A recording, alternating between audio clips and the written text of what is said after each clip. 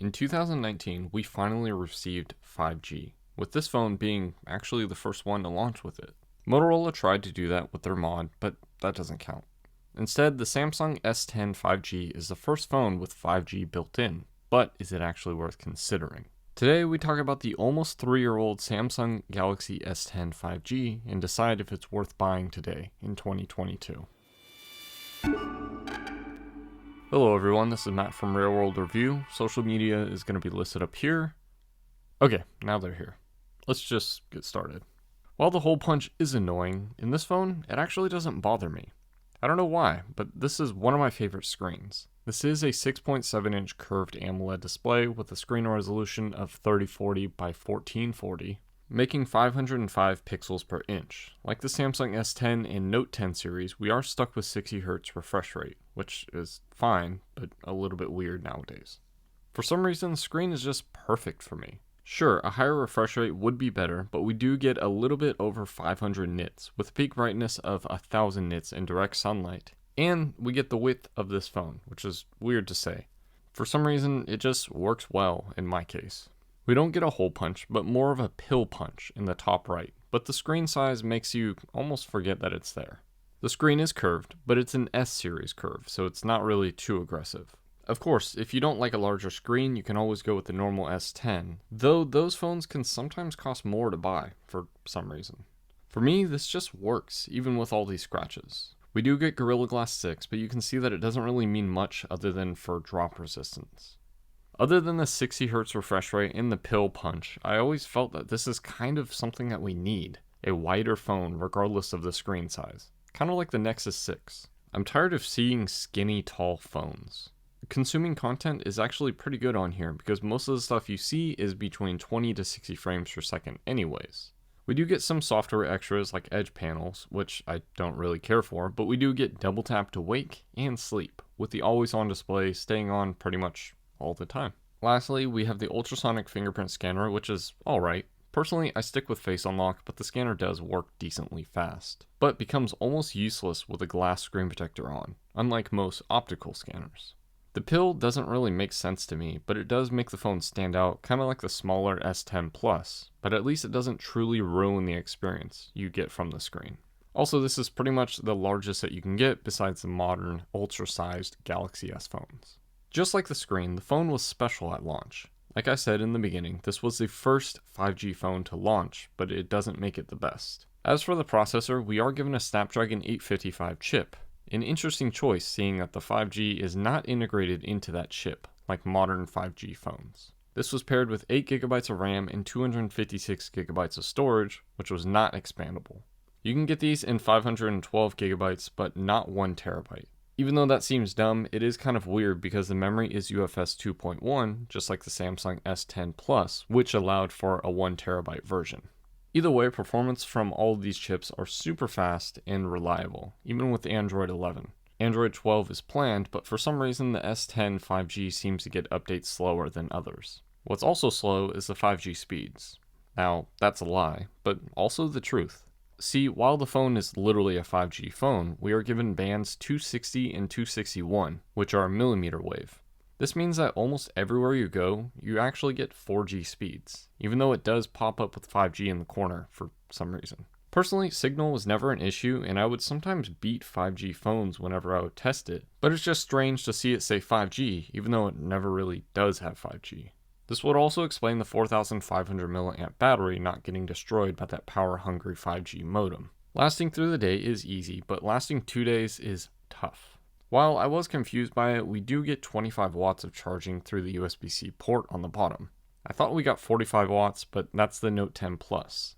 We do still get wireless charging as well as reverse wireless charging. Perfect for, when you're not getting those 5G speeds. On the back, we get this interesting color, which is Gorilla Glass 6, just like the front. Though scratches are less likely to happen here for some reason.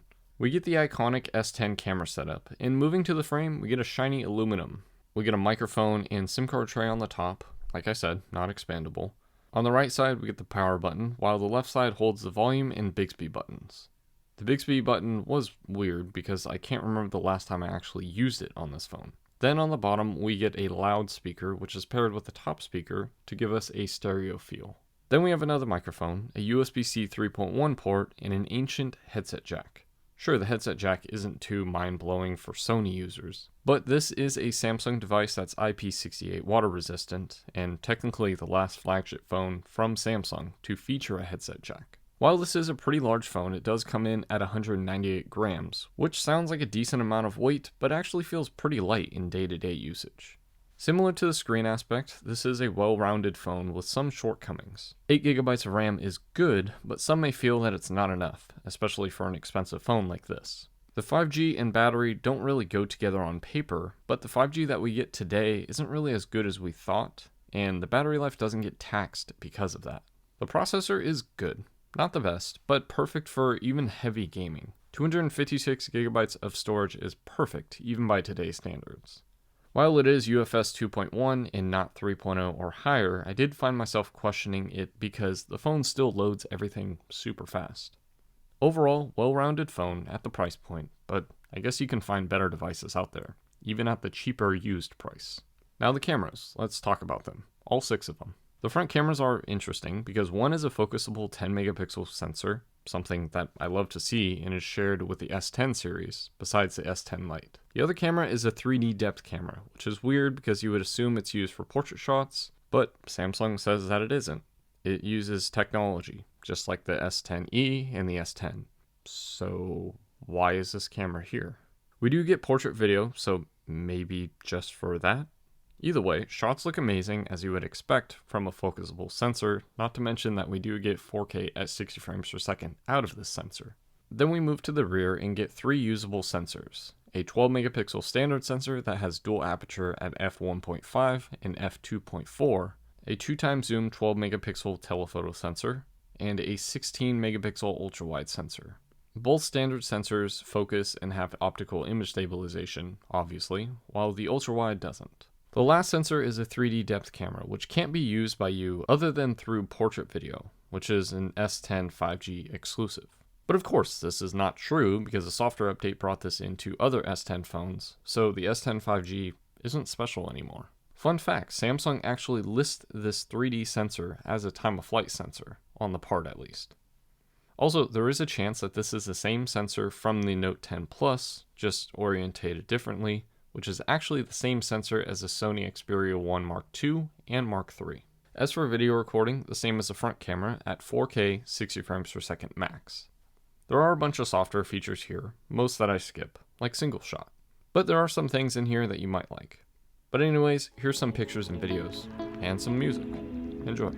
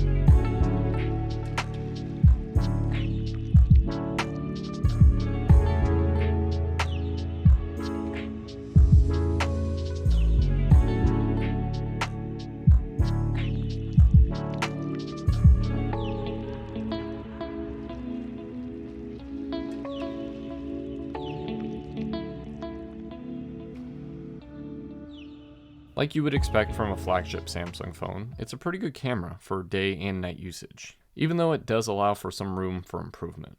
But it would be really difficult to say that this camera system is horrible or useless, even though you can really only use 4 of the 6 cameras. Looking back on my review of this phone, the hope was that 5G was the future. Now here we are with the first 5G launched phone, and it sucks. I mean, we don't actually get 5G in most areas because the phone doesn't really support mid or low band 5G like most phones do nowadays.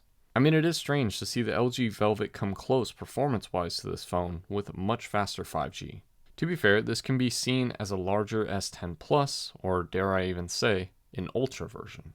I mean, we do get 5G, but again, very unlikely even 2 years later to even find millimeter wave 5G in your area. And that's assuming that you have Verizon or a carrier that supports 260 and 261. The 3D cameras seem like an upgrade, but the features have been given to us on other devices that don't feature that type of hardware.